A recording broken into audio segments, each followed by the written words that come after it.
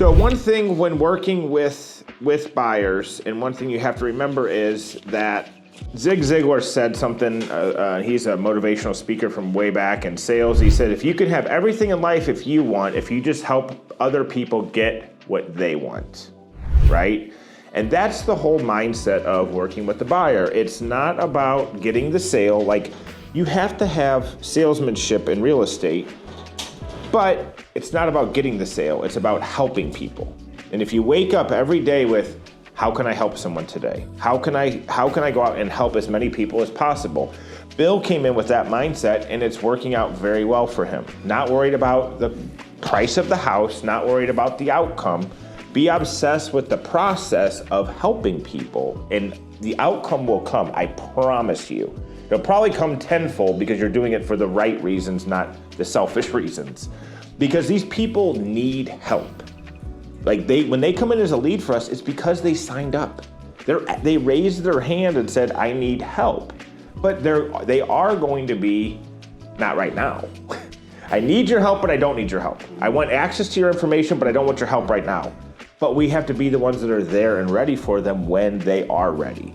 And part of that comes with just being the information provider, providing the best tools and the best stuff to help them make a decision, or help them get down the road to making the right decision. And we have to remember, though, we are in a for-profit business. This is not, you guys are, your time is money. So the faster and the more you can educate the buyer along the path, the faster they're going to make a decision. And you're going to help them get to where they want to be, right? And the more time and energy you put in on the front educating, then you're never selling. If you educate them, they are going to make the decision. You don't have to sell them on anything because they've made an educated decision to move forward. And it's crazy, being in this 10 years, you think I would know everything. Well, one of the reasons that we've been so successful is because I remain a constant student of the game and of the industry. Like last night, I'm watching a video about an interview of Grant Cardone talking about selling, okay? And it's absolutely crazy.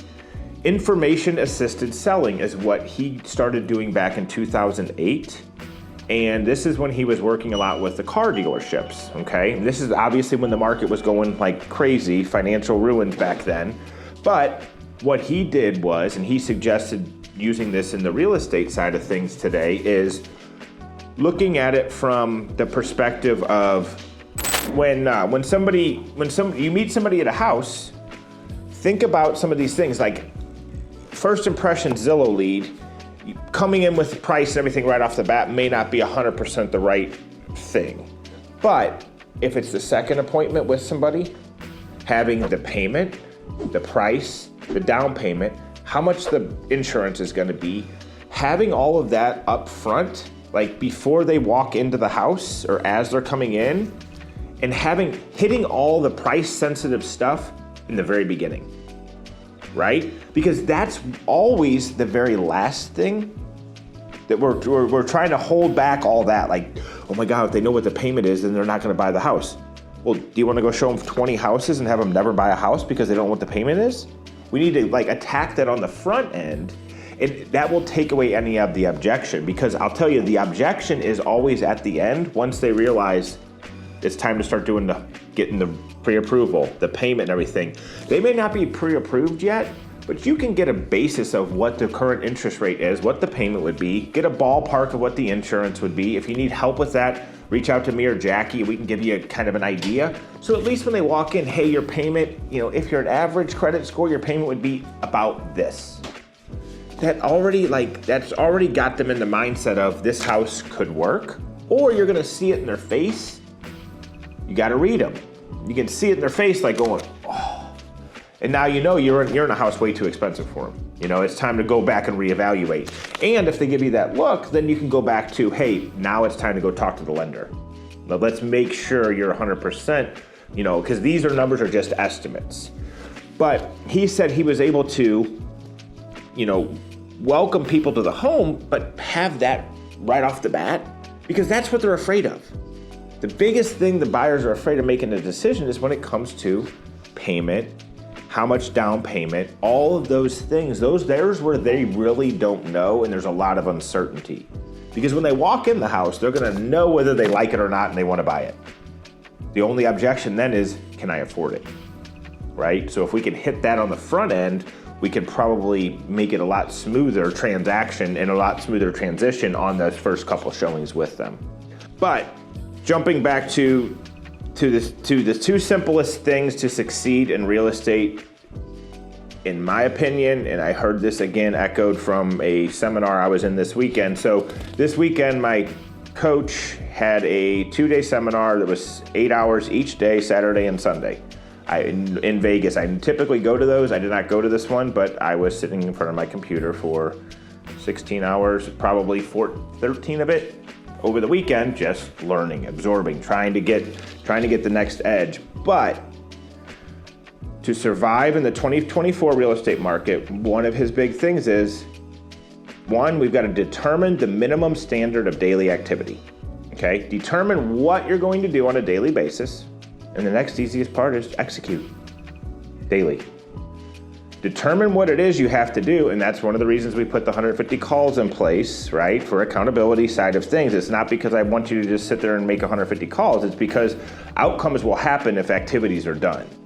But you have to do the daily activities, right? And you have to determine what that's going to be. Now, shifting that, well, we may shift over to the appointment set, which is going to be a little bit better judge of what the outcome can be, because then you can have appointments based on not making the calls per se. So one of the things with Zillow, I went back and did an audit on accounts, and where probably the biggest room for growth for 2024 that we have as a team is referrals from leads. Okay, we have a total of about 4 referrals this year that we've closed from leads, from Zillow deals or from leads that we've provided. That's horrendous. We need to be more focused on, Zillow takes a huge chunk on this referral, but think of it as a positive. You wouldn't have had that relationship if it wasn't for Zillow. Now it is your job to get 2 to 3 referrals from each one of those connections that Zillow makes us. And I went back through this, and not for comparison's sake, but you guys have to know what is possible. One of our former agents that was on the team, he did 66 deals in 1 year, and he got 16 referrals. So every 4 closings that he got a referral from somebody. And we have 4 as a team this year. And I'm telling you, it's not because the market changed. It's not because the people are changed. It's because he did one thing that everybody else is not doing, and that is asking. Right? He was bold enough to ask for the referrals, provide good enough service. People will refer you. 78% say they will refer or do business again. 17% do. And the number one reason that they don't, they forget their agent's name. Because the agent is transactional, not relational. The agent's looking at it as, the sale's done, I've already sold you a house, you're not gonna sell your house for a couple more years, there's no reason to continue to stay in touch with you. And they're not looking out and reaching out and providing value after the sale to where you just keep checking back in with them. So that's something we really need to focus on for next year, and especially in this tougher market where the lead flow will be less. So we've got to make more with the opportunities that we already have on the table. But I felt like that was something that needed to be make sure we're reminded of. In FUB is from the very get-go, when these leads come in, you guys have a good conversation, make sure you are changing the name of the lead in FUB after you have a conversation, or Zillow especially. When those leads come in through Zillow, a lot of times they may have a email address as their name, it may not give their full name. If you don't go into FUB immediately and put their correct contact information in, let's just say the username for Zillow is Fast Cat, whatever, right? Well, guess what? They can put them into FUB, it's gonna be Fast Cat. Fast Cat is his name. Now our automatic email goes out and it's going, hey Fast, how are you today? Like that is like, you gotta go in there. Like that's the number one way to say, hey, everything we do is automated, nothing's personal. because I don't even know your name. You're not even important enough for me to change your name in my CRM. So make sure you're taking the time on the very beginning after you have a conversation with somebody to make sure that that contact information is correct in FUB. The next thing is too, is this is a good reminder while we're talking about it, is your Zillow leads. When you get a Zillow lead, making sure their name is correct right off the bat, and next thing you need to make sure you go in and do is set up that Sierra search for them. Okay, we went through a bunch of old accounts and a bunch of the old leads that we're now cycling through with the VAs, and we have a ton of Zillow leads that don't even have Sierra searches set up. The goal of a Zillow lead to get them come in is to get them off of Zillow. Get them seeing your emails every single day, not Zillow's 25 emails a day. Because if you lose touch with them, you will lose that relationship in Zillow. So you've got to make sure that's set up. So if not, they're not going to be seeing your name on a daily basis. They're not going to be seeing any kind of information coming from you. So make sure we're doing that. And then PPC versus Zillow. So this is another reason with the PPC is you have the opportunity to catch them before they get on Zillow, okay, with these PPC leads because they're higher top of the funnel. So again, making sure you get the right search set up with them, and we are gonna go into some stuff, not in this class today, but some stuff that we're gonna be moving towards as far as new leads and the flow of those going forward.